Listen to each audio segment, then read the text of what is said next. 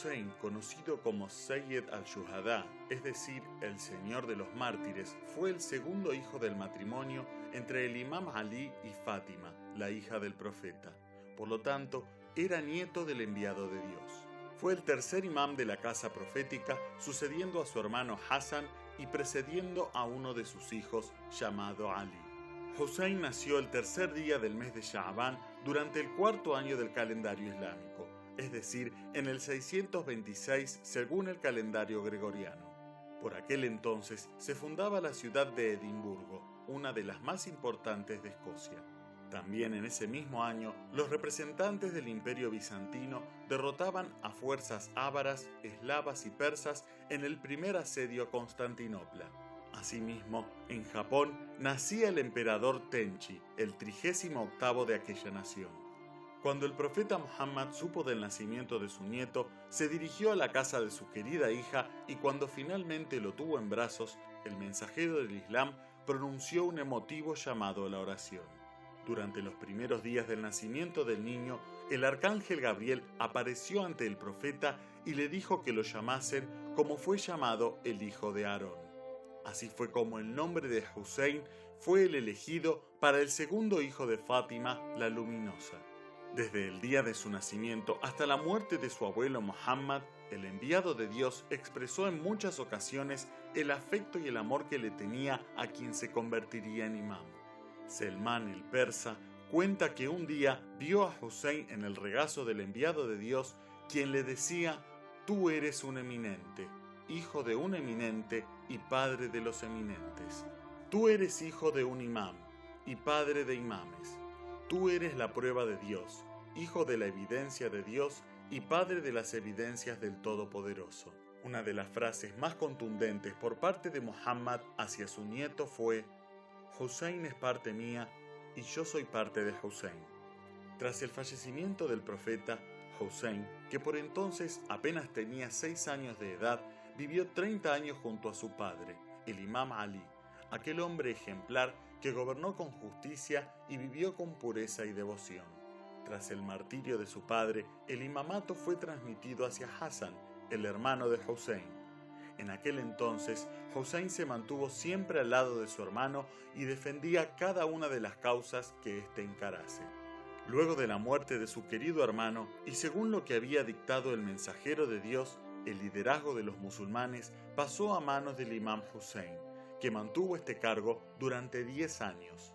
Prácticamente todo ese período coincidió con el califato de Muawiyah, un personaje sin escrúpulos, de mucho poder, nacido en una opulenta familia que inauguró la dinastía omeya y pretendía mantener su dominio a toda costa sin importar las consecuencias. Es por ello que el imam Hussein vivió bajo las condiciones más difíciles, oprimido y perseguido. Esto se debió a que las leyes y regulaciones religiosas que protegían y amparaban a la comunidad en general y a los desvalidos habían perdido peso y crédito a causa de la prepotencia del gobierno omeya. Como Muawiyah quería cimentar las bases para el califato de su hijo Yazid, pretendía obligar a los demás a que le jurasen lealtad. Pero el imam Hussein, que siempre bregó por mantener el Islam que había predicado el profeta, se opuso. Fue así que el imam y su familia sufrieron aún más aflicciones y angustias. A mediados del año 60 de la Égira, Muawiyah murió y su hijo Yazid tomó su lugar. Apenas asumido, este hombre, tristemente célebre por su adicción al alcohol, ordenó al gobernador de Medina que le tomase juramento de lealtad a Hussein y que si éste se negaba, le enviara su cabeza a Damasco. Bajo amenaza, el imán partió hacia la Meca con su familia y buscó refugio en el santuario de Dios. Esta noticia se expandió a través del pueblo islámico que, cansado de las injusticias del gobierno de Muawiyah e incluso más descontento cuando Yazid asumió como califa, comenzó a recurrir a Hussein.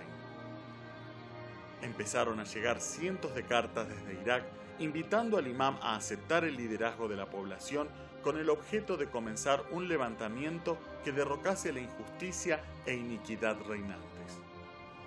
Naturalmente, tal situación era peligrosa para Yazid, que durante los ritos de peregrinación en la Meca había enviado a alguno de sus seguidores a asesinar a Hussein.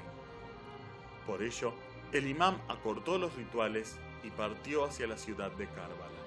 Al llegar a la costa del río Éufrates, el caballo del imam se negó a continuar. Hussein cambió de corcel 9 veces, pero increíblemente ninguno quería marchar. Consciente de lo que le deparaba el destino, el imam Hussein aconsejó a quienes lo acompañaban que se retirasen de allí porque era a él a quien quería. Allí mismo, el 10º día de Muharram del año 61 de la Égira, el imam se alineó con el pequeño grupo de seguidores que había permanecido junto a él frente a un numeroso ejército enviado por Yazid, que para entonces ya tenía más de 30.000 soldados listos para atacar. La batalla dejó sin aliento a Hussein y a sus seguidores, a quienes durante días se les había negado el acceso al agua y alimentos. Agotados y asediados por las tropas de Yazid, finalmente tanto el imam Hussein como sus compañeros y familiares fueron martirizados.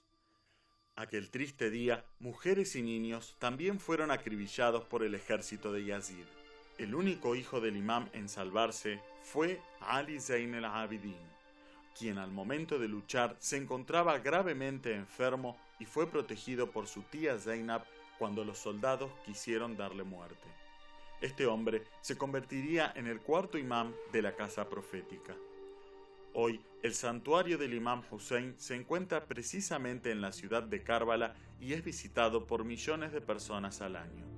La conmovedora fe, entereza y determinación del imam Hussein terminaron por salvar al Islam. A través de su sacrificio se mantuvo el legado y el mensaje que había recibido de su propio abuelo, el profeta Muhammad.